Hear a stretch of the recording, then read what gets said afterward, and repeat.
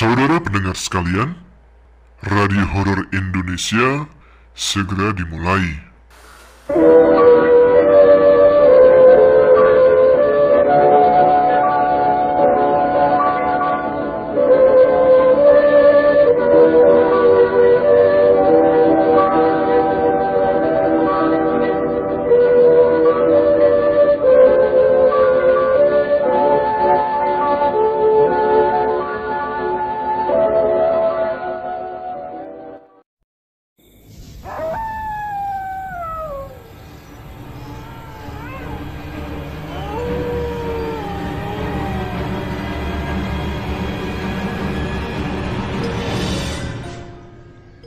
Assalamualaikum warahmatullahi wabarakatuh. Jumpa lagi dengan saya Tama.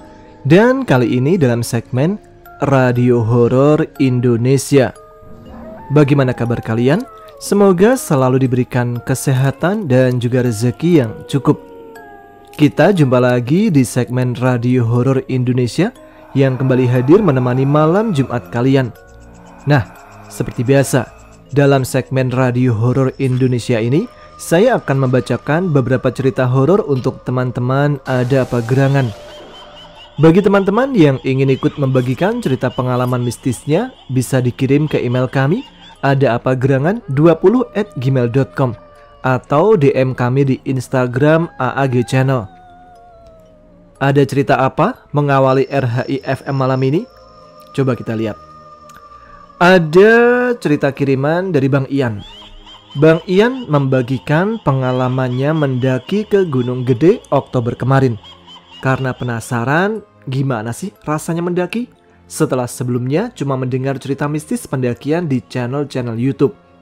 Dan ternyata malah beneran mengalami kejadian yang menyeramkan.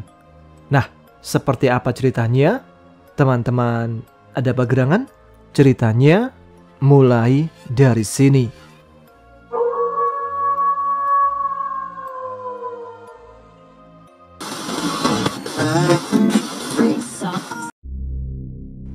Ini cerita pendakian gua bareng 3 teman gua pada tanggal 6 Oktober 2023. Di sini gua benar-benar baru pertama kali naik gunung karena sering nonton cerita-cerita tentang pendakian yang sering menemukan kejadian-kejadian horor di gunung. Gua pun jadi pengen naik gunung karena pengen membuktikan apakah benar di gunung sehoror itu. Awalnya gua lagi main ke rumah teman gua. Dia habis turun dari Gunung Cikuray. Karena gue sering mendengarkan cerita tentang horornya di gunung, gue pun tanya ke teman gue kapan mau naik gunung lagi. Setelah ngobrol lama, teman gue pun ada rencana untuk naik gunung ke Gunung Gede dengan rute naik dari Putri turun di Cibodas. Dan kami pun merencanakan untuk berangkat pada tanggal 6 Oktober 2023. Di sini gue naik bareng 3 teman gue. Teman gue ini namanya Banu, Andi, dan Abi. Cowok semua ya. Singkat cerita, hari yang direncanakan pun tiba.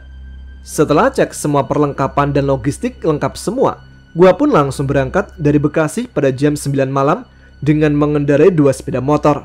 Dan singkatnya, kami sampai di base camp Cibodas pada jam 12 malam. Setelah sampai di base camp, niat kami langsung istirahat buat isi stamina untuk besok pagi, malah gagal. Karena keasikan ngobrol sampai tidak terasa angkot yang membawa kami ke jalur Putri pun datang. Kami mulai mendaki pada jam 6 pagi dengan cuaca yang cerah dan juga banyak pendaki lain pada hari itu. Pos demi pos pun kami lewati.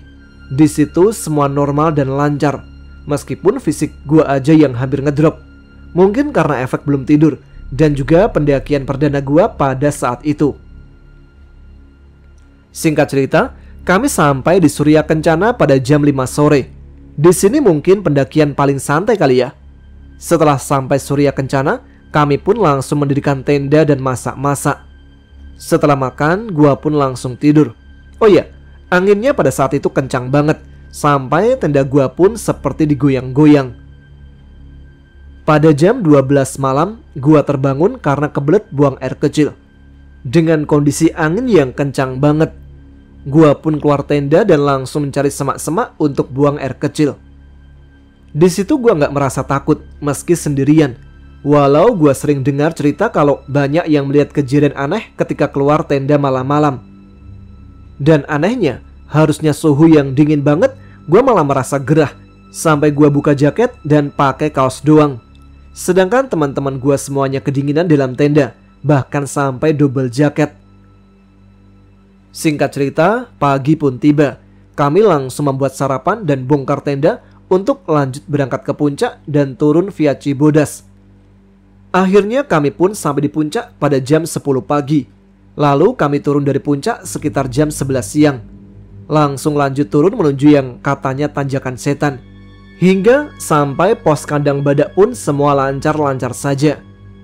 Kami sampai di pos kandang badak pada jam 2 siang. Lalu istirahat sejaman sambil ngopi dan masak untuk makan siang.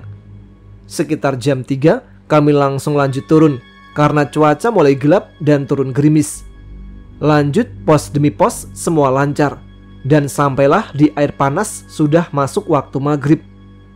Sambil menunggu maghrib, kami istirahat sebentar sambil sebat 2 bat dan mulai mengeluarkan headlamp.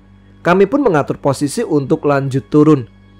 Gua berada posisi paling depan, lanjut Andi posisi kedua, lalu ada Banu posisi ketiga, dan Abi paling belakang.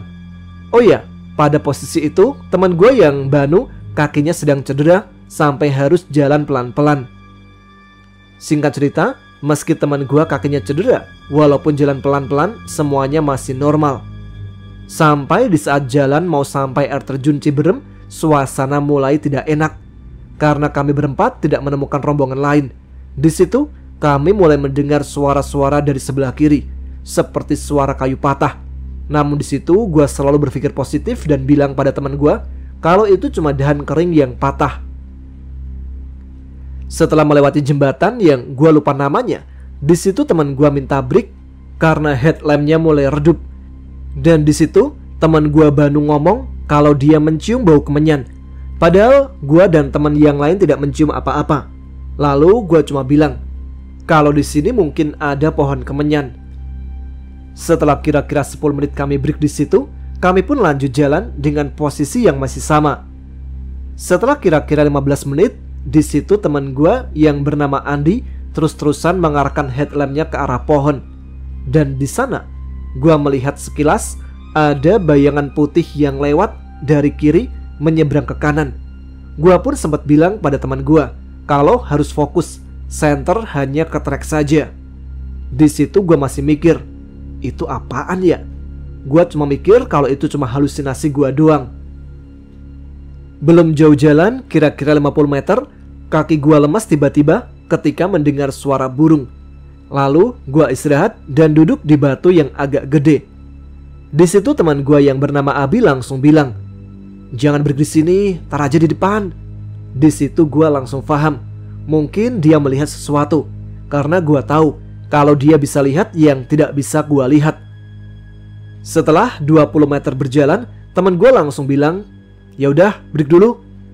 Dan kira-kira kami break selama 5 menit. Selama break, di situ gue dengar suara burung lagi di sebelah kiri dan suara kayak orang jalan di atas daun kering di sebelah kanan. Di situ teman gue Abi langsung bilang, "Ayo, lanjut lagi." Sekarang posisi gue ada di posisi kedua, Banu di posisi ketiga, dan Abi masih posisi keempat.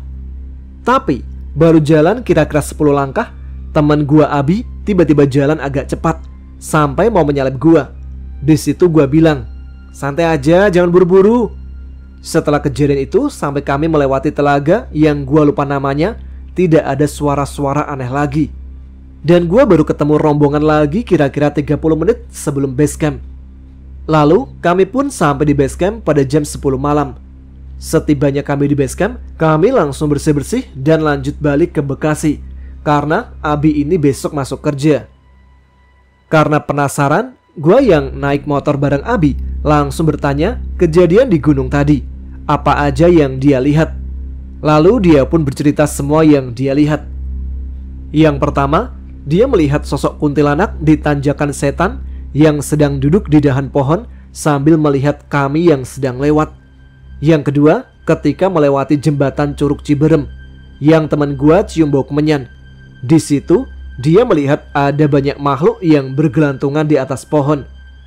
Lalu ketika dia melarang gua untuk break di batu itu, dia melihat sosok tinggi berbulu dengan mata merah menyala, taring dan lidahnya panjang. Makhluk itu sedang memperhatikan gua. Mungkin, kata teman gua, dia marah karena gua duduk persis di samping kakinya. Dan dia juga melihat ada sosok genderuwo ketika dia tengok mendengar suara burung. Dia juga melihat ada sosok perempuan dengan pakaian pendaki yang mukanya penuh dengan darah. Sosok itu sedang duduk di batang kayu sambil menangis di samping trek. Kemudian gua tanya lagi, tadi kenapa dia jalan cepat sampai mau menyalip gua? Lalu dia malah balik bertanya, ketika break, gua dengar suara orang jalan di atas daun kering gak? Dan gua menjawab iya. Kemudian dia bilang, ketika kami break terus mulai jalan, dia merasa ada yang jalan mengikuti dia di belakang. Ketika dia menengok, dia langsung kaget karena sekitar 2 meter di belakangnya ada sosok yang bentuknya bertaring, matanya merah seperti monyet dengan lidah yang panjang. Tapi dia berjalan sambil kayang dan dia belum pernah melihat sosok itu sebelumnya. Saat itu dia sempat mau berteriak dan mengucap astagfirullah, tapi bagusnya tidak terucap di mulut karena dia tahu kalau dia mengucap begitu, gua sama yang lain pasti berpikiran yang bukan-bukan. Singkat cerita, kami pun sampai di rumah pada jam 2 pagi dan langsung pulang ke rumah masing-masing. Itulah cerita tentang pendakian perdana gua yang berawal karena rasa penasaran gua tentang kisah-kisah di gunung. Untungnya gua nggak ditampakin langsung sih ya. Dan mulai dari situ gua jadi pengen naik gunung lagi. Dan kami pun punya rencana untuk naik gunung lagi. Kalau nggak ke perahu ya ke Lawu mungkin. Sekian cerita dari gua Ian pamit undur diri. Terima kasih. Wassalamualaikum warahmatullahi wabarakatuh. Itu dia cerita pengalaman dari Bang Ian. Dari mana tadi? Dari Bekasi ya kalau nggak salah. Salam buat teman-teman di Bekasi. Selamat ya buat Bang Ian karena sebelumnya hanya mendengar cerita pendakian horor, sekarang ngalamin sendiri. Tapi mudah-mudahan pendakian ke perahu atau ke lawunya aman-aman aja. Nggak seperti yang saya alami dulu. Tapi nggak kapok sih kalau harus ke lawu lagi.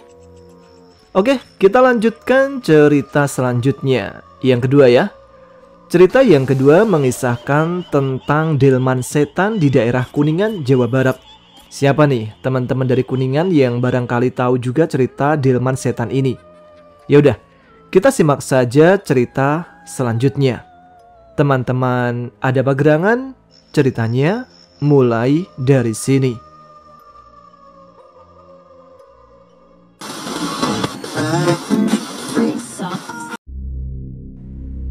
Pada tahun 2001, Weni dan 2 orang temannya berlibur ke Kuningan, Jawa Barat.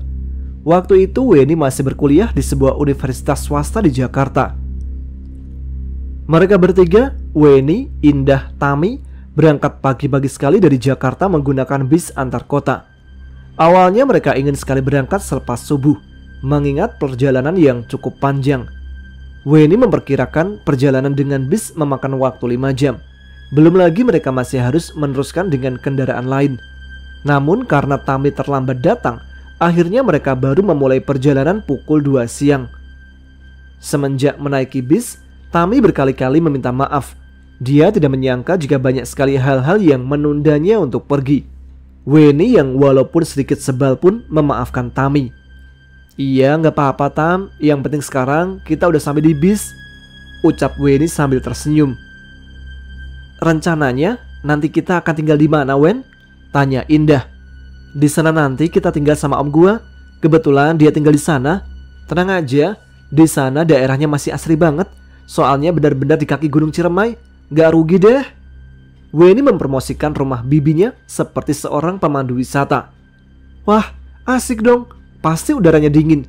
Kita nanti jalan-jalan ya. Gua pengen banget lihat pemandangan di sana. Pasti bagus. Gua gak sabar, sambar Tami. Indah melirik dengan tatapan agak jengkel. Makanya lo jangan telat. Kalau lo gak telat, mungkin kita udah mau sampai. Tami pun seketika itu diam. Wajahnya berubah menjadi masam. Iya, maaf. Gua kan udah minta maaf. Udah, yang penting kan kita udah di bis. Pokoknya liburan ini gak akan bosen deh. Weni mencoba melerai mereka. Mereka pun tertawa bersama. Terlihat sebuah rasa kegembiraan mereka menanti liburan menyenangkan yang akan mereka rasakan. Namun ternyata hambatan mereka tidak berhenti sampai di situ.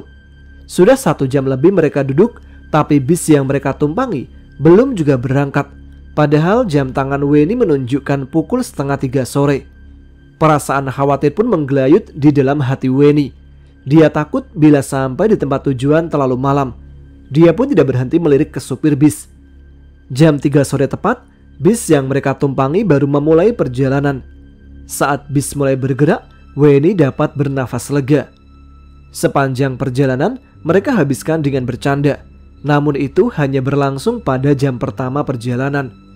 Saat perjalanan sudah semakin jauh, mereka semua akhirnya tertidur. Bis itu terus melaju. Dan tidak terasa hari semakin gelap. Matahari sudah benar-benar tenggelam saat bis memasuki terminal Harjamukti. Weni yang tiba-tiba terbangun langsung melirik jam tangannya. Pukul 8:30 malam. Ternyata sudah cukup malam. Ketika bis berhenti sempurna, mereka pun turun satu persatu dari bis. "Kita dari sini kemana, Wen?" tanya Tami sambil memperhatikan sekitar mereka. "Iya, ini kita di mana?" tambah Indah. "Kita udah sampai di terminal. Dari sini kita naik mobil F untuk naik ke atas," jawab Weni sambil melirik ke tempat biasa mobil Elf terparkir. "Mudah-mudahan mobilnya masih ada, soalnya udah jam segini. Tapi kata kakak gua sih mobil F itu sampai pagi, hampir 24 jam. Weni menambahkan. Wajahnya terlihat berpendar-pendar diterpa cahaya oranye lampu jalan. Mereka terlihat sangat lelah. Ada tuh mobilnya, yuk kita naik," seru Weni. Mereka pun berlarian mendekati mobil itu. Untung saja mobil dalam keadaan kosong saat mereka naik, karena biasanya mobil itu sangat penuh, mengingat hanya mobil itulah yang menjadi alat transportasi warga desa yang berbelanja bahan pangan di kota. Bahkan beberapa dari mereka tidak ragu untuk membawa hewan ternaknya menaiki mobil itu. Oleh karena itu, Weni sungguh bersyukur mobil itu masih kosong.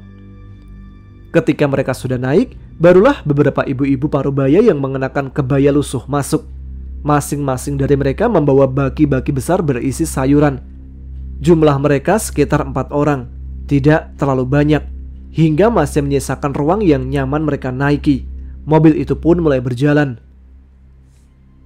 "Kita naik ini untuk naik ke atas, sekitar 1 atau 2 jam perjalanan lah," Weni kembali menjelaskan, melihat wajah kedua temannya yang sepertinya kebingungan. "Lumayan lama ya Wen perjalanannya?" tanya Indah. "Iya, kalau lo mau tidur ya tidur aja dulu," tawar Weni. Beberapa menit mobil itu berjalan, Indah dan Tami pun tertidur. Kasian, mereka pasti sangat kelelahan. Sedangkan Weni memutuskan agar tetap terjaga untuk memastikan bahwa mereka turun tepat waktu. Ibu-ibu yang naik bersama mereka memandang Weni sambil tersenyum. "Dari kota ya, Nok?" tanya seorang ibu yang berdiri di hadapan Weni menggunakan bahasa daerah setempat. "Iya Bu," jawab Weni singkat sambil tersenyum. "Memangnya mau kemana malam-malam begini?" Ibu itu kembali bertanya. "Kebetulan saya mau ke rumah Bibi berkunjung," Weni kembali menjawab. "Kenapa datangnya malam-malam, Nok? Kenapa nggak siang-siang aja?"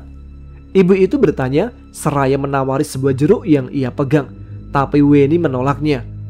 "Tadi ada masalah, jadi berangkatnya kesorean Bu." Weni tidak hentinya tersenyum. "Ya sudah, hati-hati di jalan ya, Nok." "Iya Bu, terima kasih," tutup Weni pelan. Sudah 1 jam lebih mereka berada di mobil itu. Weni semakin waspada.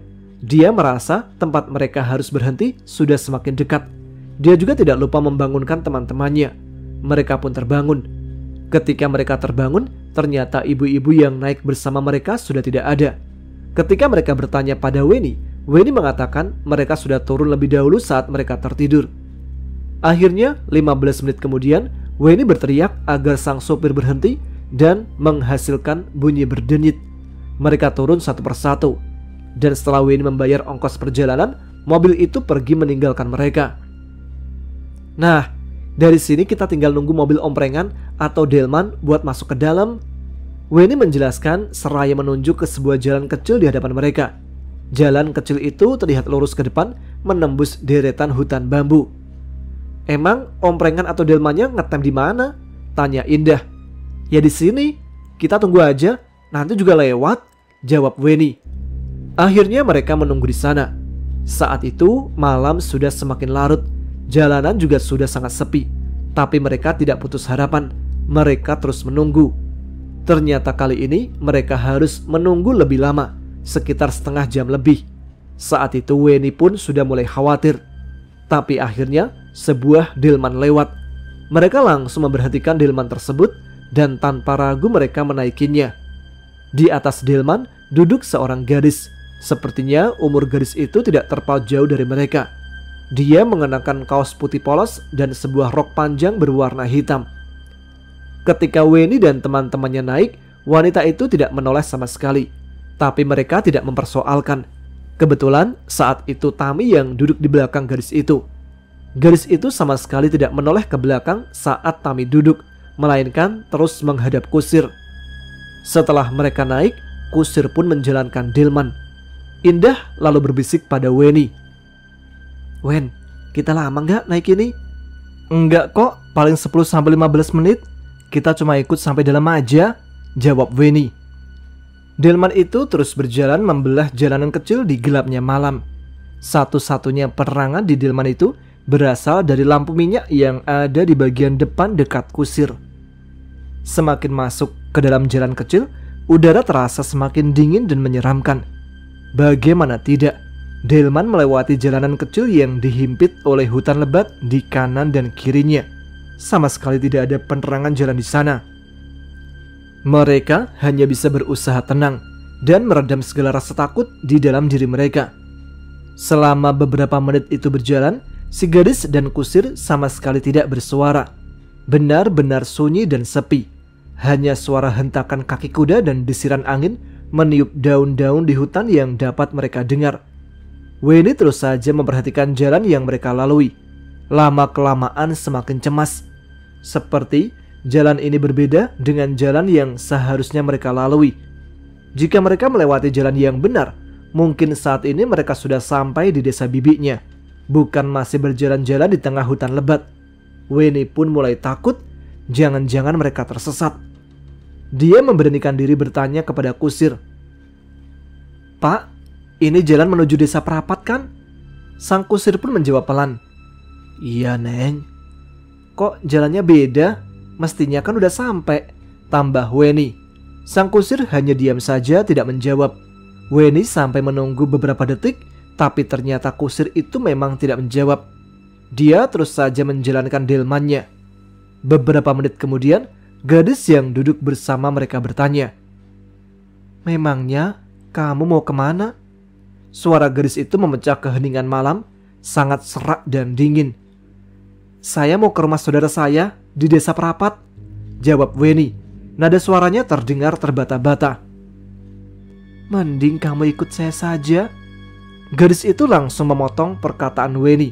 Saat Weni ingin menjawab kembali, tiba-tiba Indah meremas lengan Weni. Weni kaget dan menoleh ke arah Indah. Ketika Weni melihat Indah, ternyata mata Indah tengah terbelalak. Weni mencoba melihat apa yang Indah lihat.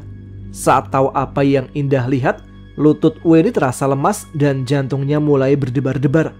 Ternyata tidak ada pergelangan kaki di balik rok hitam yang gadis itu kenakan. Gadis itu tidak memiliki kaki. Tami yang menyadari hal itu langsung mundur ke belakang untuk menjauhi gadis itu. Wajahnya mulai pucat. Tami benar-benar ketakutan. Mereka semua benar-benar ketakutan. Gadis itu tiba-tiba tertawa pelan. Tawa itu membuat mereka semakin panik.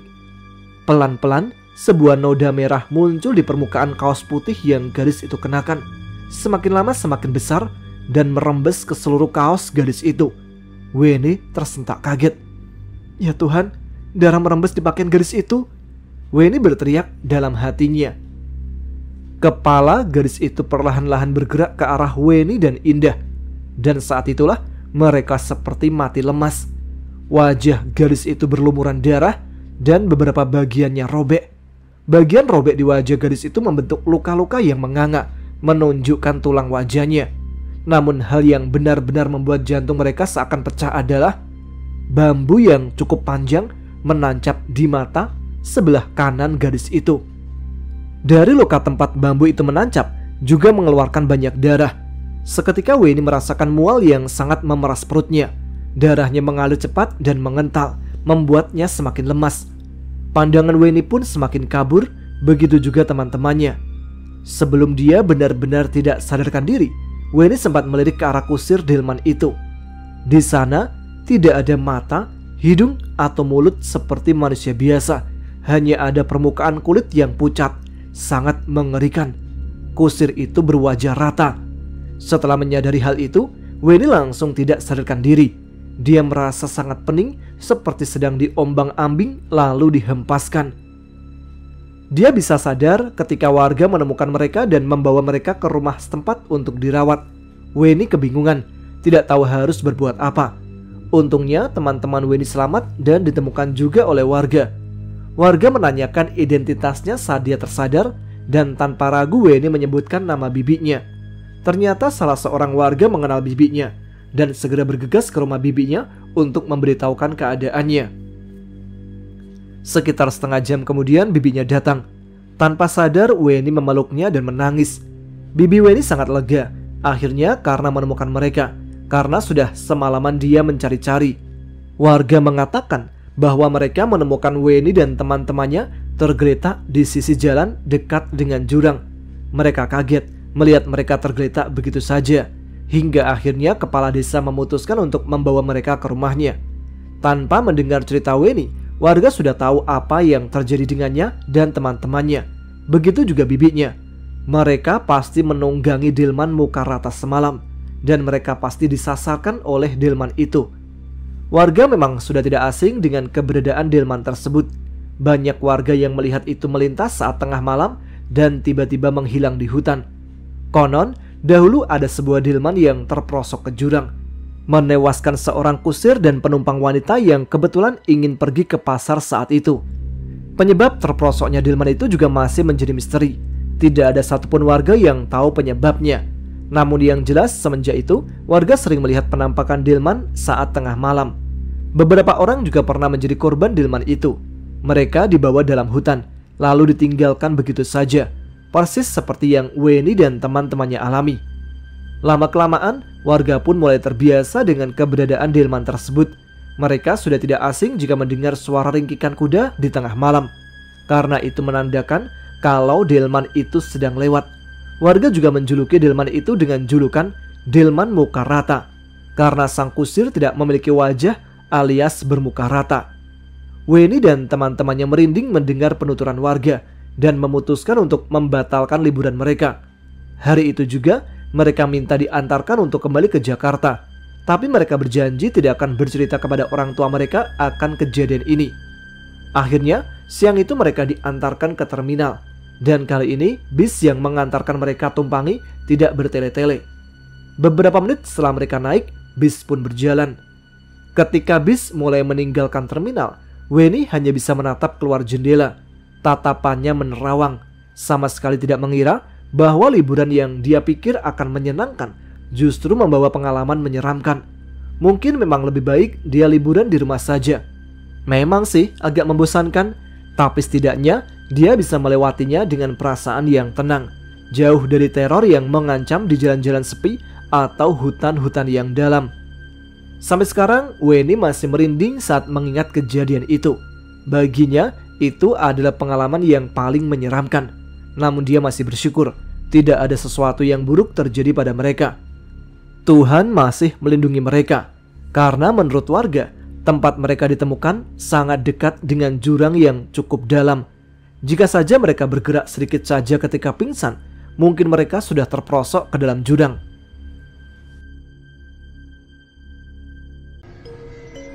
Itulah dia cerita yang dialami oleh Mbak Weni pada tahun 2002 ketika liburan ke Kuningan. Udah lama juga ya, berarti kejadiannya sudah 21 tahun yang lalu. Dan apakah delman setan muka rata itu masih ada sampai sekarang?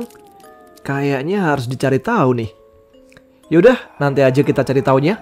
Sekarang kita lanjut ke cerita yang ketiga aja dulu. Sebuah cerita mistis yang dialami oleh Arya. Langsung saja.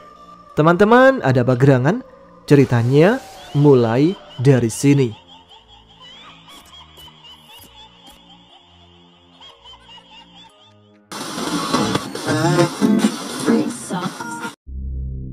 Sekitar 5 tahun yang lalu, ayah Arya meninggal dunia karena sakit.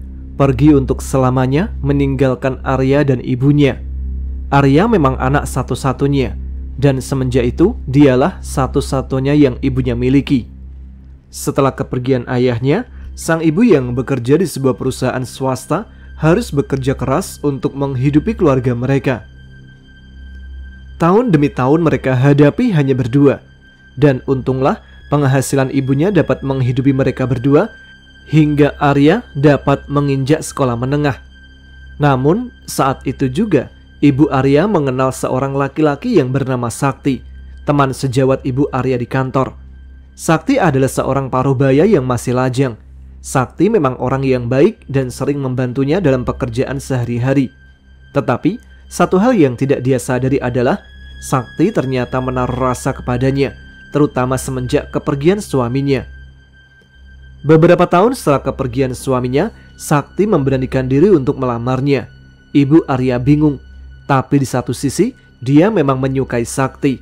Lagi pula dia juga membutuhkan sosok pria yang dapat menopangnya, membutuhkan figur sosok suami. Setelah lama memikirkan hal itu, akhirnya dia memutuskan menerima lamaran Sakti. Dia memberitahu Arya, namun Arya tidak menyambut baik niatnya. Baginya tidak ada seorang pun yang dapat menggantikan ayahnya di rumahnya. Arya tidak menyetujui niat ibunya. Ibunya pun tidak menyerah. Dia terus membujuk Arya dan memberinya pengertian. Sakti yang mengetahui penolakan Arya juga ternyata membantunya untuk membujuk Arya. Di sanalah ibu Arya melihat keseriusan Sakti untuk melamarnya dan menerimanya apa adanya. Ibunda Arya semakin yakin, dan mereka berdua pun semakin gencar membujuk Arya. Hingga perjuangan mereka ternyata membuahkan hasil. Arya menyetujui pernikahan mereka, walaupun Arya tidak begitu saja menyukai Sakti yang menggantikan peran ayahnya di rumah. Tapi setidaknya dia mengizinkan ibunya menikah lagi. Mereka berdua sangat senang. Akhirnya Arya memberikan izinnya, dan pernikahan pun digelar. Sayangnya, kehidupan mereka setelah menikah tidak seindah seperti yang mereka bayangkan. Sakti dan Arya sering bertengkar. Ternyata masih ada perlawanan dalam diri Arya kepada Sakti, dan Sakti pun mencoba terus bersabar akan sikap Arya. Tapi keadaan itu tidak bertahan lama, malah semakin parah. Sakti pun sering lepas kendali. Mungkin sudah tidak tahan melihat sikap Arya yang terus-menerus menekannya. Hingga hari itu, secara lepas kendali, Sakti memukul wajah Arya. Dan setelah itu dia sangat menyesal. Sakti merasa seperti ada sesuatu mengendalikan dirinya untuk beberapa detik dan akhirnya memukul Arya. Sebenarnya tindakan yang Sakti lakukan tidak sepenuhnya salah, karena saat itu perkataan Arya sudah sangat tidak bisa ditolerir lagi. Semua perkataan kasar dan memojokkan keluar dari mulutnya. Siapapun yang berada di posisi Sakti tentu tidak akan mudah mengendalikan diri. Tapi Sakti benar-benar menyesal. Setelah kejadian itu, dia terus saja meminta maaf pada Arya. Namun sayangnya, Arya tidak mendengar perkataannya. Ia langsung membereskan barangnya dan pergi dari rumah. Setelah Arya pergi dari rumah, keadaan ibunya juga berubah menjadi buruk. Sakti hanya bisa meyakinkan kepadanya bahwa Arya mungkin sedang emosi dan akan kembali ke rumah. Arya hanya perlu waktu untuk sendiri dan memikirkan semua ini. Ketika dia sudah mendapatkan cukup waktu untuk memikirkan keadaan yang sedang dihadapi, maka dia akan kembali ke rumah dan keadaan akan membaik. Tapi gimana kalau Arya tidak kembali ke rumah? Tanya ibunya pada Sakti. Aku akan mencarinya dan membawanya pulang. Dengan cara apapun, aku akan membujuknya pulang. Walaupun harus mengorbankan diri sendiri. Aku janji, ujar Sakti pada istrinya. Hari sudah sore. Arya tidak tahu harus kemana. Dia butuh tempat tinggal untuk sementara. Terbersit untuk tinggal di rumah teman-teman sekolahnya. Tapi kemudian dia berpikir lagi. Jika saja dia tinggal di sana, ibunya dan Sakti akan menemukannya dengan mudah, dan dia tidak mau hal itu terjadi. Dia berpikir keras mencari temannya yang tidak pernah dikenal oleh ibunya, agar dia tidak mudah untuk ditemukan. Arya berjalan cepat seraya menggendong tas ranselnya, dan pikirannya sedang berusaha menyortir nama-nama temannya yang tepat untuk dia datangi. Setelah beberapa menit berpikir, akhirnya dia mendapatkan satu nama yang tidak pernah terfikirkan oleh ibunya. Arya segera mencegat sebuah angkutan kota dan menaikinya. Dia menuju sebuah tempat yang sama sekali tidak akan terlintas di kepala ibunya. Selama berada dalam angkutan kota, Arya terlihat gelisah. Dia ingin cepat-cepat sampai dan berharap mudah-mudahan teman yang dia tuju masih tinggal di sana. Selang beberapa menit, angkutan kota itu berhenti di pinggir jalan besar. Tepat di sisi jalan besar itu, ada sebuah tembok tinggi yang berdiri menutupi apa yang berada di baliknya. Arya sesaat menatap tembok itu, kemudian menaikkan tali tas ranselnya dan melewati tembok itu melalui sebuah celah. Ternyata tembok itu adalah pemisah antara jalan dan rel kereta api. Arya tidak terlihat terkejut. Dia berjalan menyusuri rel kereta api yang membentang panjang. Dari kejauhan, dia melihat ada beberapa rumah kardus yang berdiri liar di bantaran rel. Dengan seksama, Arya memperhatikan satu persatu rumah kardus tersebut. Arya seperti mencari sesuatu, dan akhirnya dia berhenti pada sebuah rumah kardus dengan banyak stiker di bagian rumah kardus tersebut, dan menemukan seorang pemuda seumuran tengah tertidur lelap di dalamnya. "Woi, bangun!" Arya berteriak ke pemuda itu seraya menggoyangkan tubuh pemuda tersebut. Sontak pemuda itu terkejut dan menoleh ke arahnya. Ketika melihat wajah Arya yang cengengesan, pemuda itu langsung menundukkan kepalanya. "Ngapain lo kemari? Ganggu gua tidur aja." Ternyata pemuda itu adalah Toing, teman Arya semasa SMP. Toing adalah teman sekelasnya ketika masih duduk di bangku SMP. Namun sayang, orang tuanya bercerai ketika dia menginjak kelas 2 SMP, dan tidak ada satupun dari mereka yang mau menerimanya. Apalagi semenjak ayah dan ibunya menikah lagi dan punya anak lagi, dia pun tidak pernah diperhatikan lagi. Karena sudah merasa dibuang oleh orang tuanya sendiri, akhirnya Toing memutuskan hidup di jalanan.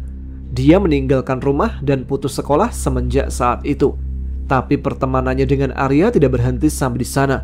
Mereka tetap berteman dan sesekali menghabiskan waktu bersama. Arya tidak pernah peduli dengan keadaan Toing. Baginya Toing tetap temannya. Sebenarnya nama asli Toing adalah Anto, tapi entah mengapa ia dipanggil Toing. Sedikit menggelikan bagi Arya. "Gua tinggal di sini ya sama lo," pinta Arya. Toing kaget. Ia memandangi wajah Arya.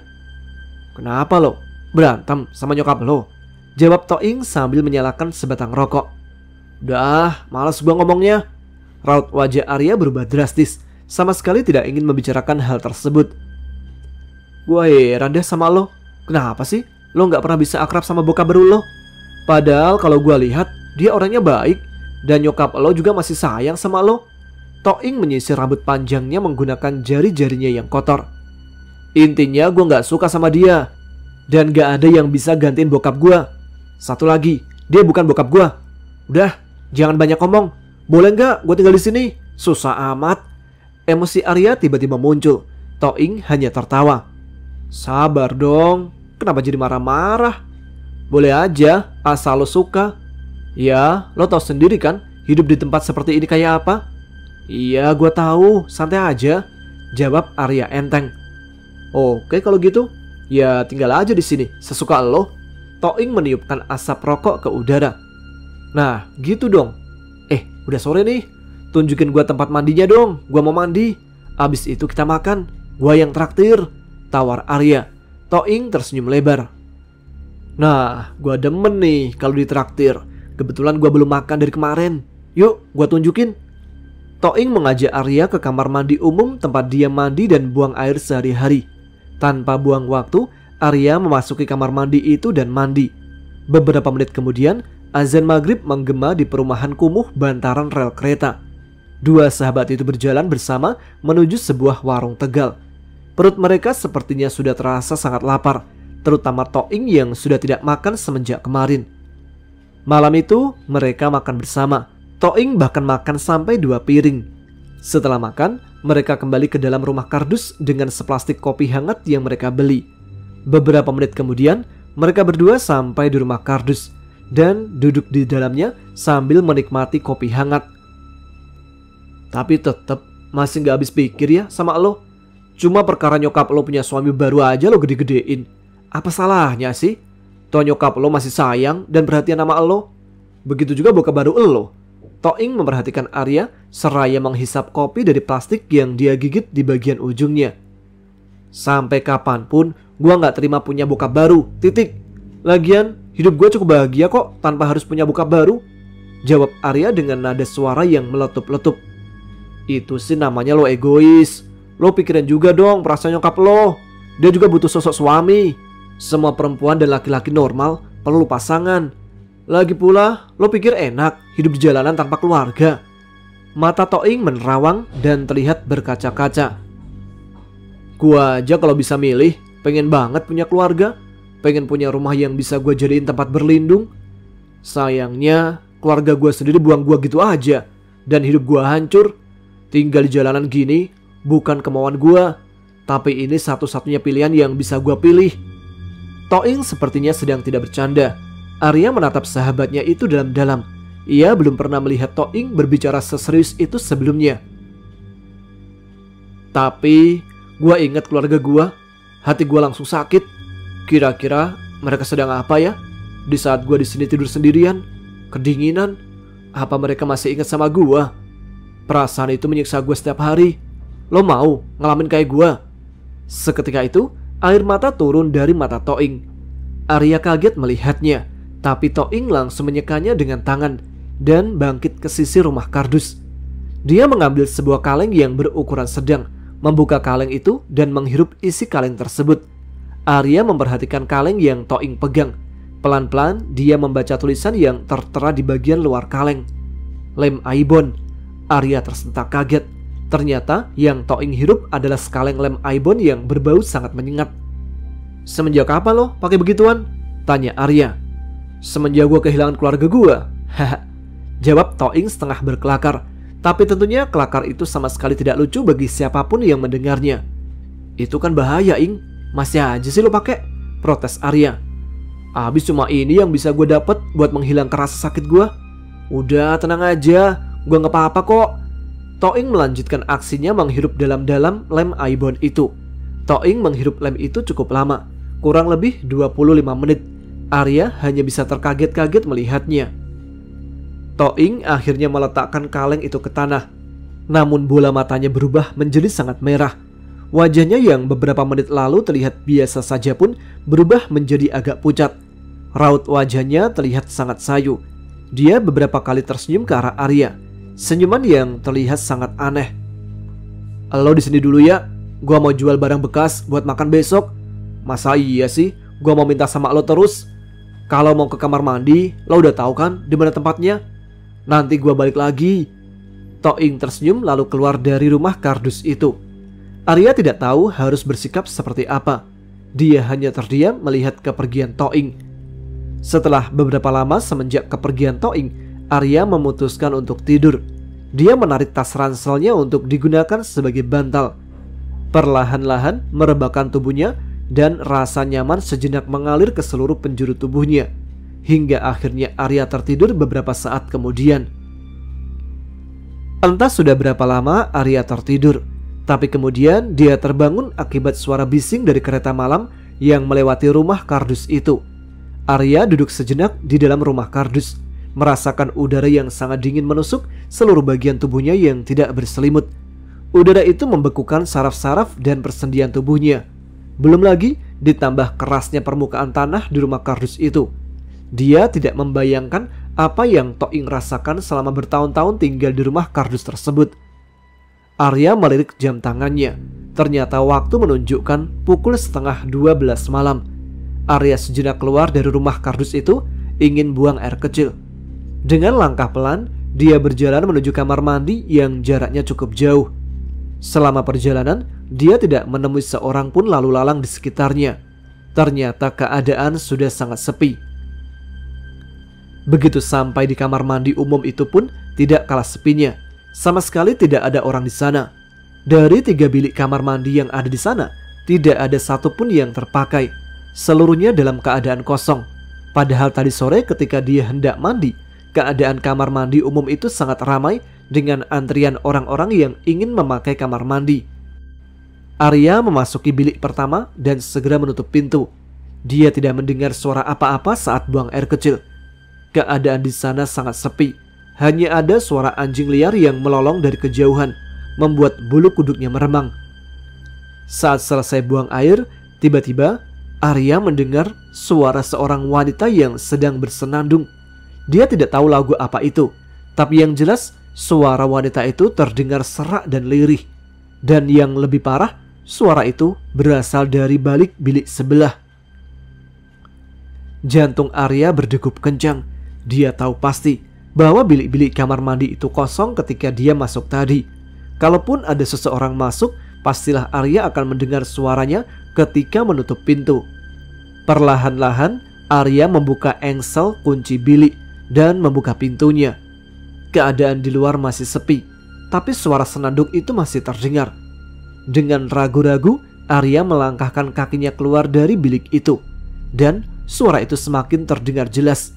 Karena penasaran, pelan-pelan Arya mencondongkan kepalanya untuk mengintip bilik sebelah. Tapi ketika dia melihat ke dalam bilik itu, alangkah kagetnya saat dia menemukan sesosok gadis tengah tergeletak di atas lantai WC dengan tubuh berlumuran darah. Gadis itu mengenakan celana pendek dan baju ketat yang sudah robek. Rambut panjangnya lepek dan lengket dengan darahnya sendiri. Begitu juga wajahnya. Ada luka tusuk menganga di leher gadis itu dan agak membiru. Jantung Arya berdegup kencang, semakin kencang melihat sosok tersebut. Tubuhnya juga gemetar.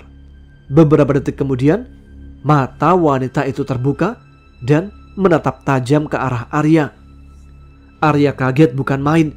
Dia hampir saja terjatuh. Wanita itu kemudian menggeram dan tersenyum menyeringai. Tubuh Arya gemetar hebat. Dia ingin segera lari meninggalkan tempat itu. Tapi sayangnya, dia tidak dapat bergerak. Tubuhnya seakan dihimpit batu besar hingga sulit bergerak. Suara tawa cekikikan wanita itu menggema dan terdengar jelas di telinga Arya. Akhirnya, dengan seluruh kekuatan yang dia punya, Arya mencoba menggerakkan tubuhnya dan berhasil. Arya langsung lari meninggalkan kamar mandi itu dan kembali ke rumah kardus. Langkahnya baru berhenti ketika dia sudah berada di depan rumah kardus itu dan segera masuk. Ketika dia masuk, ternyata Toing sudah ada di dalam. Udah pulang lo, Ing? Untung aja, gua ngeliat setan di kamar mandi tadi, ujar Arya terbata-bata. Toing hanya tersenyum. Di sini mah udah biasa kayak gitu. Namanya juga hidup di jalanan, pembunuhan di mana-mana. Ekspresi wajah Toing terlihat sangat tenang, tapi dia semakin terlihat pucat, lebih pucat daripada saat dia pergi. Lo kayaknya harus berhenti ngelem deh, Ing. Muka lo pucat banget. Lagian bahaya main gituan. Arya memberi saran saat dia sudah semakin tenang. Iya, ntar gua berhenti. Lo juga mending pulang aja ke rumah lo besok. Gak bagus tinggal di tempat kayak gini. Toing balik memberi Arya saran. Arya tidak menjawab kali ini. Iya, kalau lo ketemu nyokap atau bokap gua, salam ya dari gua. Bilang gua udah maafin semua kesalahan mereka, tambah Toing.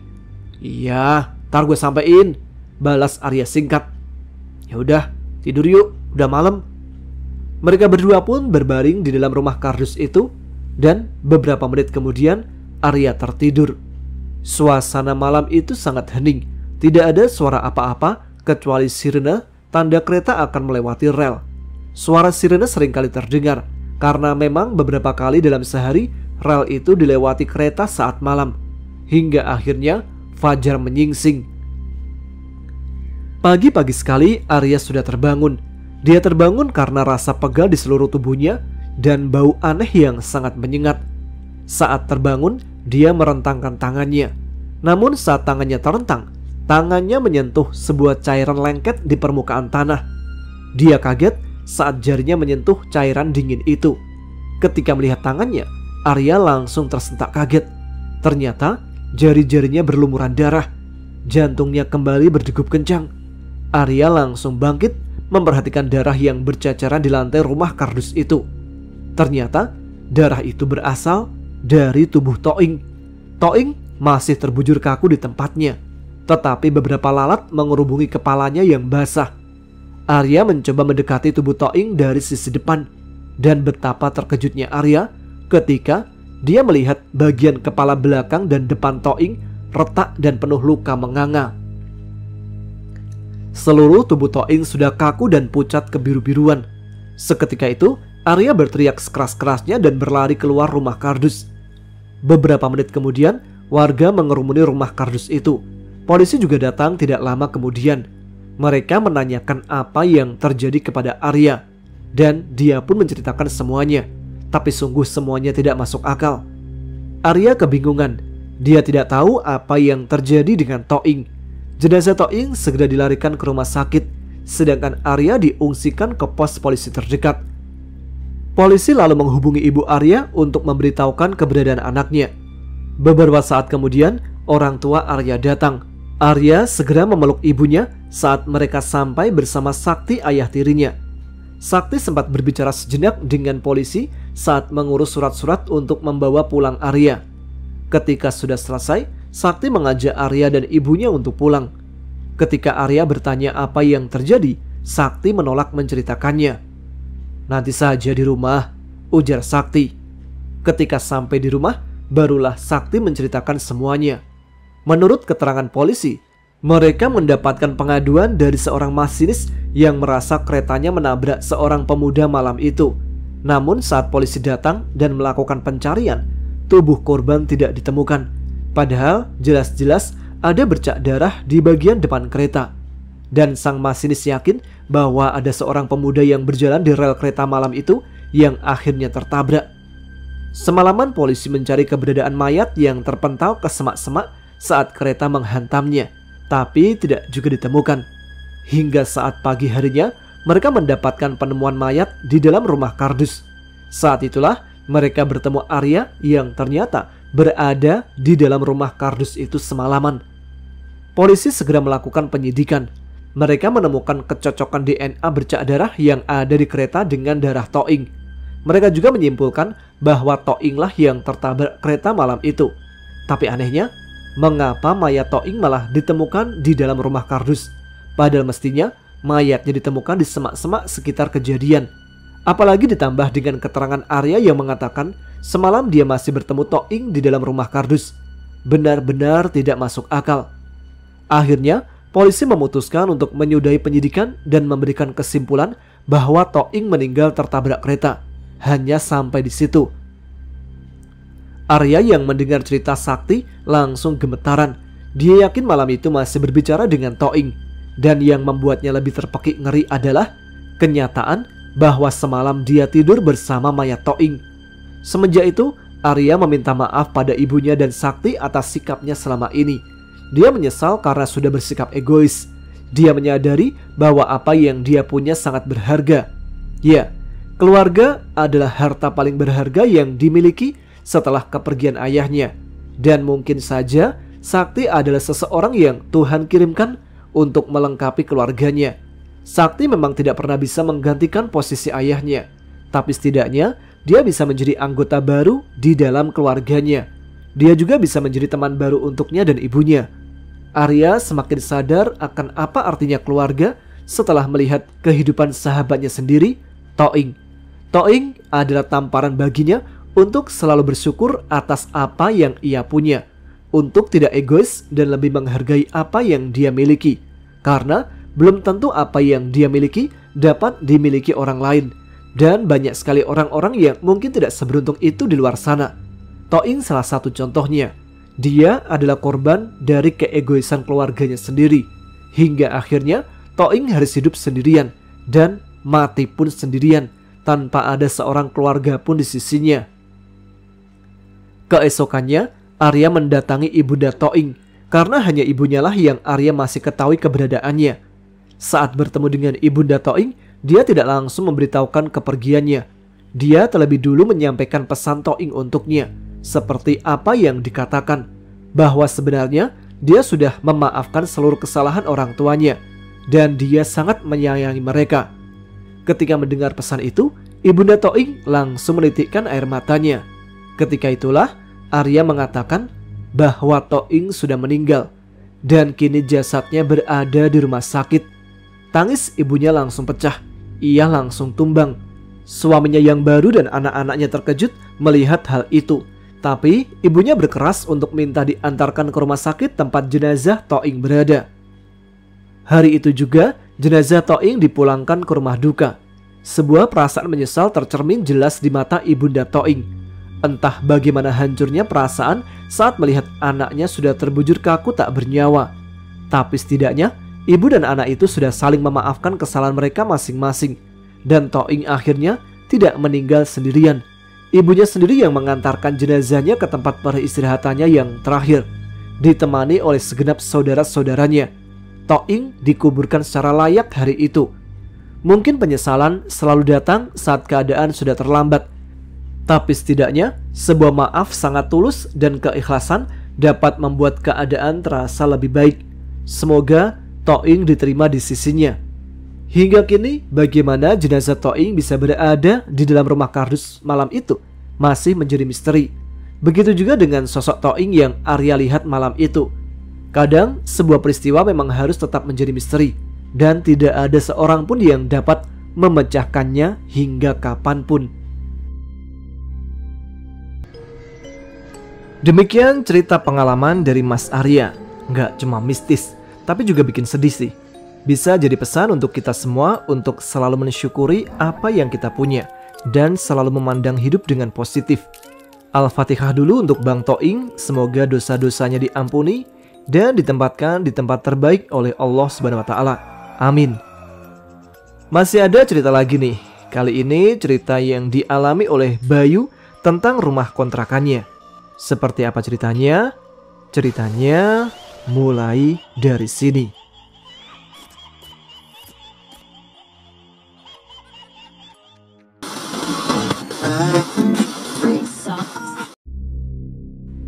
Sudah 1 bulan ini, Bayu menempati rumah kontrakan yang cukup besar.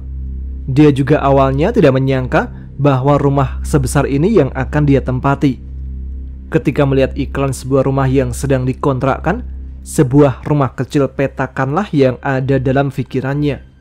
Namun saat didatangi, ternyata apa yang dia lihat berbeda jauh dengan apa yang dia pikirkan. Setelah sedikit tawar-menawar, akhirnya terjadilah kesepakatan untuk mengontrak rumah tersebut. Ada perasaan lega dalam diri Bayu, karena sudah beberapa minggu ini dia mencari rumah kontrakan yang cocok dengan uang yang dia punya. Untung saja, seorang temannya menunjukkan sebuah iklan rumah yang dikontrakkan, dan ternyata cocok dengannya. Betapa beruntungnya Bayu. Saat ini, Bayu melanjutkan pendidikan di sebuah universitas. Namun di samping itu, dia juga bekerja di sebuah perusahaan. Dia melakukan ini tidak lain untuk membiayai pendidikan sendiri, karena dia tidak ingin lagi menyusahkan kedua orang tuanya yang masih harus menyekolahkan kedua adiknya. Gajinya sebagai karyawan juga cukup lumayan. Bayu dapat mengontrak rumah sendiri tanpa harus tinggal bersama orang tuanya. Dia ingin sekali belajar mandiri, karena baginya cepat atau lambat dia memang akan hidup sendiri dan mengurus diri sendiri. Tidak ada yang salah dengan rumah yang Bayu kontrak. Rumahnya luas, mempunyai pekarangan yang ditumbuhi banyak tanaman yang membuat sangat asri. Kondisi bangunannya sendiri masih baru, tidak ada kesan kusam atau tidak terawat. Ini tidak seperti rumah-rumah yang terbengkalai atau rumah yang membuat merinding siapa saja yang melihatnya. Rumah ini sangat bagus, jauh dari kesan angker atau apapun. Namun, satu hal yang menyebalkan dari rumah ini, kerap mengalami putus jaringan listriknya. Mengapa? Karena rumah ini kerap mengalami putus jaringan listrik setiap tengah malam, dan hanya rumah itu yang mengalaminya. Deretan rumah di sisi kiri, kanan atau bagian depan rumah itu seakan tidak berpengaruh apa-apa. Ketika pertama kali mengalaminya, Bayu sempat menelpon sang pemilik rumah. Ketika menanyakan tentang hal itu, sang pemilik rumah hanya mengatakan bahwa itu masalah instalasi listrik yang kurang baik. Mungkin saja petugas yang memasangnya melakukan kesalahan, sehingga Bayu harus memakluminya dan berusaha untuk terbiasa. Awalnya ingin sekali Bayu terbiasa akan hal ini, namun ternyata sulit. Andai saja padamnya listrik terjadi saat dia sedang tidur, tentu tidak menjadi masalah baginya. Toh padamnya listrik paling lama hanya sekitar 30 menit. Setelah itu listrik akan kembali menyala. Tapi sayangnya padamnya listrik terjadi saat dia sedang beraktivitas. Sebagai orang yang menjalani aktivitas kuliah dan bekerja dalam waktu bersamaan, tengah malam adalah saat ketika dia sedang makan malam, mengerjakan tugas, atau beraktivitas lain. Waktu yang dia punya dalam satu hari seakan kurang, sehingga saat tengah malam pun Bayu masih beraktivitas. Sehari-hari hanya tidur kurang lebih sekitar 5 jam. Pagi hari dia harus bangun untuk bekerja, dan ketika pulang kerja, dia masih harus meneruskan kuliah malam. Sekitar pukul 11 malam, Bayu baru sampai di rumah. Terkadang dengan keadaan belum makan malam. Rutinitas itu terus berjalan setiap hari. Oleh karena itu, padamnya listrik tengah malam kadang membuatnya terkejut. Malam itu cukup larut, sekitar pukul 11 malam. Jalanan sudah sangat sepi, jarang sekali kendaraan yang lewat. Rumah-rumah sekitar pun sudah menutup semua pintu dan jendela mereka, siap untuk terlelap dalam mimpi mereka masing-masing. Saat itulah, deru mesin motor Bayu memecah heningnya malam, lalu berhenti di depan sebuah pagar besi. Dia turun dari motornya untuk membuka pintu pagar. Saat pagar sudah terbuka, dia kembali menaiki sepeda motornya, lalu menarik gas motornya, sehingga pelan-pelan motornya berjalan masuk ke dalam pekarangan rumah dengan suara deru yang semakin meraung. Sesampainya di pekarangan, Bayu mematikan mesin motornya. Dia turun dari motornya untuk menutup dan mengunci pagar rumahnya. Setelah itu, mendorong motornya ke dalam rumah.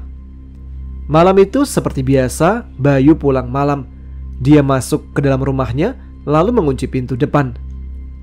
Sempat dia duduk diam di kursi ruang tamu dan matanya menerawang ke dinding rumah itu, sejenak melepaskan lelahnya. Beberapa menit kemudian, Bayu beranjak ke dalam kamarnya, lalu masuk ke kamar mandi.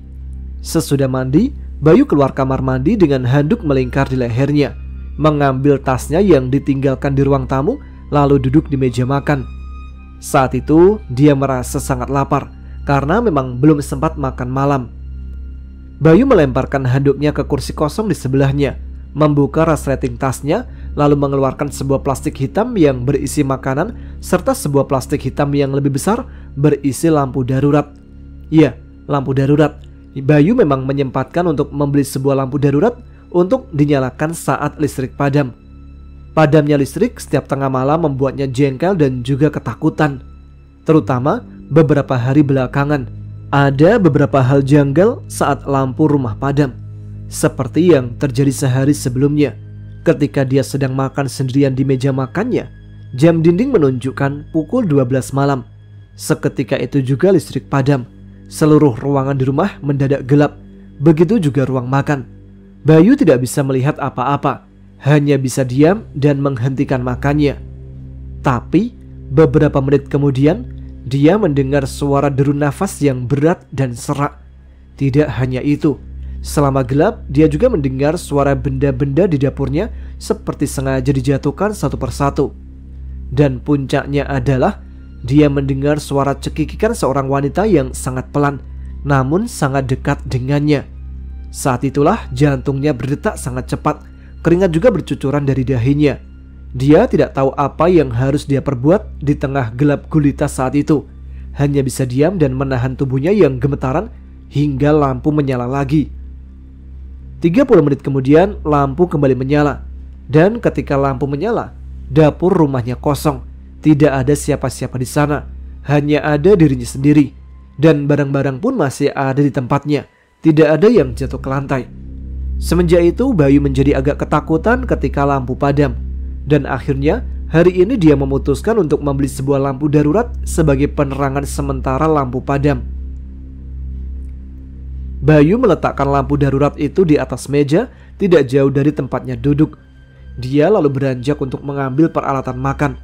Bayu sempat melirik ke jam dinding di dapur yang menunjukkan pukul 11.40 menit, yang berarti sedikit lagi lampu padam. Bayu meletakkan piringnya di atas meja makan dan mengisinya dengan makanan yang ia beli. Beberapa menit kemudian, dia sudah asik menikmati makan malamnya. Hingga saat jam menunjukkan pukul 12 tepat, listrik di rumah itu pun mati. Seketika itu juga, seluruh ruangan menjadi gelap gulita. Bayu sedikit merasa panik dan meraba-raba meja makannya mencari lampu darurat miliknya. Tapi anehnya, dia tidak juga dapat meraih lampu darurat itu. Padahal seingatnya, dia meletakkannya sangat dekat. Bayu tidak menyerah. Dia terus meraba-raba mencari lampu itu. Ketika tangannya sudah terbentang lurus ke depan, barulah dia dapat meraih lampu tersebut. Aneh, mengapa lampu itu berada sangat jauh? Batin Bayu. Dia langsung memegang erat lampu itu. Namun ketika ingin menyalakan lampu darurat, ada sebuah keraguan-raguan dalam hatinya untuk menyalakannya. Keraguan-raguan itu muncul saat sayup-sayup dia mendengar suara wanita berbisik di telinganya, membuat seluruh tubuhnya bergidik hebat. Suara berbisik itu tidak terlalu jelas terdengar, tapi satu-satunya yang jelas terdengar adalah suara tawa cekikikan pelan tersebut. Bisikan itu membuat jantungnya berdebar kencang. Tangannya yang memegang lampu darurat itu pun mulai gemetar. Tapi Bayu berpikir bahwa dia tidak bisa terus saja seperti ini. Biar bagaimanapun, dia harus menyalakan lampu itu untuk penerangannya. Bayu memantapkan niatnya untuk menyalakan lampu darurat, mengerahkan seluruh keberaniannya agar dapat melakukan hal itu. Meskipun hati kecilnya mengatakan bahwa sebaiknya dia tidak melakukannya. Akhirnya, jari tangan Bayu menekan tombol lampu. Seketika itu juga, lampu darurat menyala dan menerangi ruangan tempat Bayu berada. Dan tepat saat itu juga, mata Bayu terbelalak dengan apa yang dia lihat. Di pojok dapur, dia sedang melihat sesosok mayat berdiri menatapnya. Jantungnya seakan meledak sehingga membuat dadanya terasa panas. Mayat itu sangat menyeramkan. Kain kafannya sudah sangat lusuh. Banyak noda tanah merah dan darah. Wajahnya yang menyembul keluar dari balik ikatan berbentuk lingkaran pun terlihat sangat menyeramkan. Seluruh permukaan kulitnya sudah rusak. Bagian-bagiannya yang hancur seperti dicabik sesuatu. Kulitnya pun tidak lagi terlihat seperti kulit manusia, melainkan seperti kulit bangkai yang sudah membusuk selama berhari-hari. Melihat sosok itu, tubuh Bayu menjadi sangat kaku dan sulit digerakkan. Tengkuk dan sendi-sendi tubuhnya gemetar dan matanya terbuka lebar. Setetes air mata mengalir dari matanya dan deru nafasnya yang berat terdengar nyaring di tengah keheningan malam. Beberapa detik kemudian, leher sosok mayat yang berdiri di pojok dapurnya perlahan-lahan terangkat ke atas.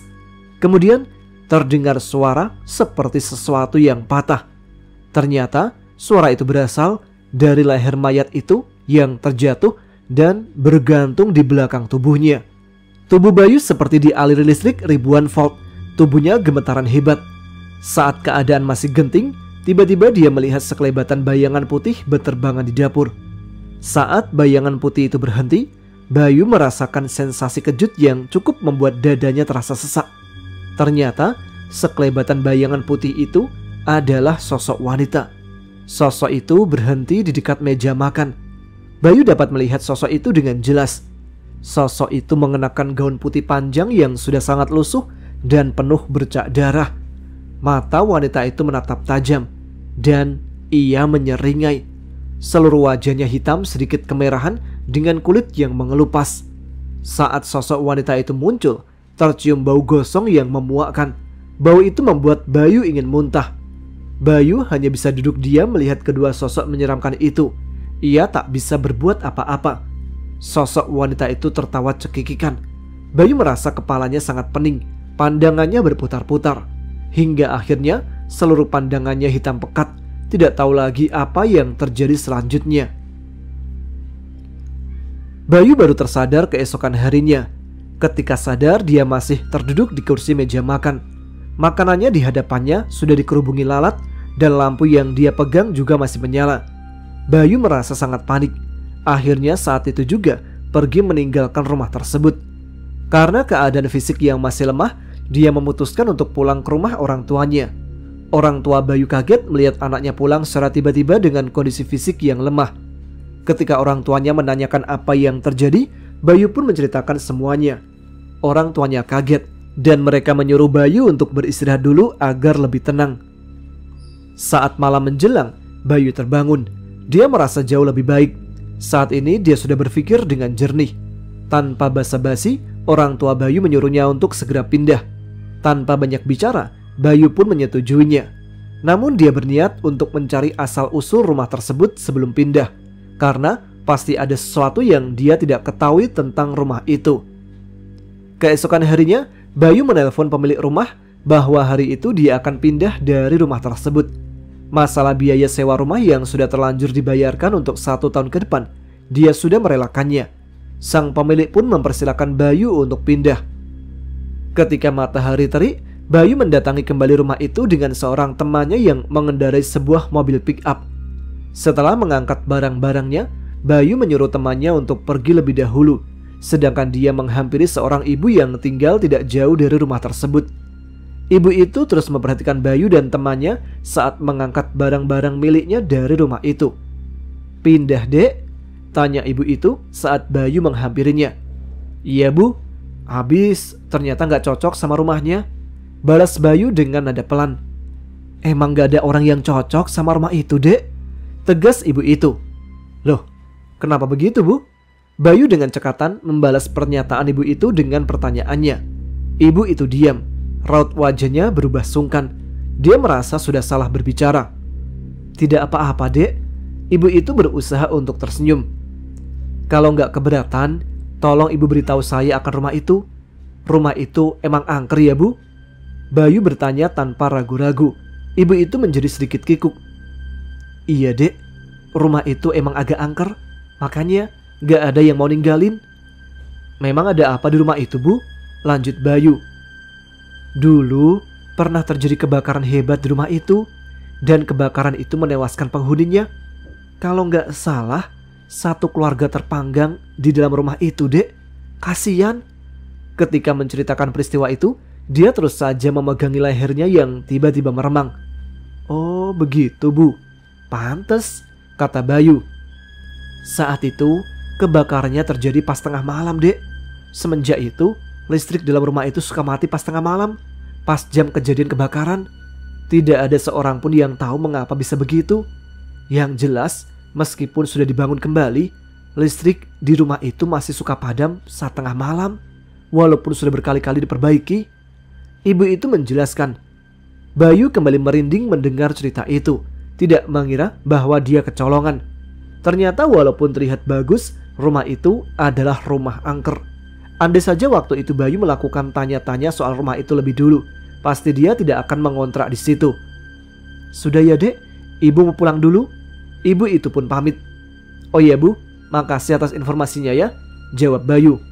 Ibu itu tersenyum sejenak, lalu pergi meninggalkan Bayu yang hanya bisa termenung memperhatikan rumah tersebut dan kehilangan uang sewanya untuk setahun ke depan. Itu dia semua cerita untuk malam ini telah selesai dibacakan. Udah habis sudah. Besok kita lanjutkan dengan cerita yang lainnya. Terima kasih untuk teman-teman yang sudah mengirimkan ceritanya ke Ada Apa Gerangan.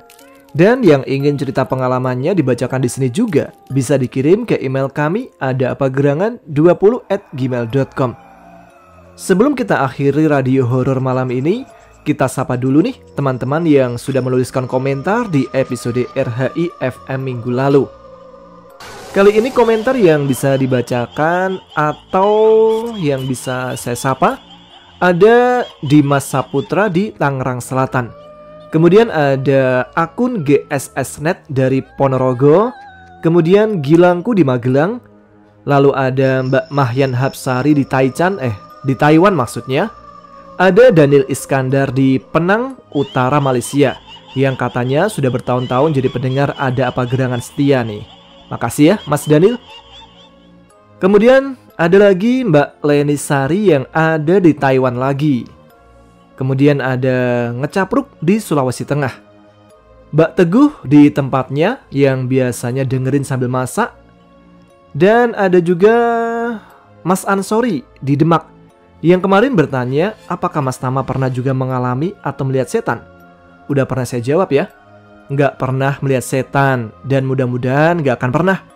Kalau mengalami kejadian janggal sih pernah, cuman kalau sampai melihat sih nggak pernah ya. Biasanya yang pergi sama saya sih yang apes melihat makhluk tak kasat mata. Lain kali deh saya ceritakan beberapa. Kalau mau sih ya, kalau mau. Ya udah, kita tutup sekarang aja deh episode kali ini. Jumpa lagi di RHI FM malam Jumat depan. Terima kasih untuk teman-teman yang telah menyimak. Saya Tama pamit. Selamat beristirahat untuk teman-teman sekalian yang sudah tertidur. Semoga bermimpi indah. Yang masih melek, tuliskan komen. Tunjukkan eksistensi kalian. Selamat malam. Wassalamualaikum warahmatullahi wabarakatuh.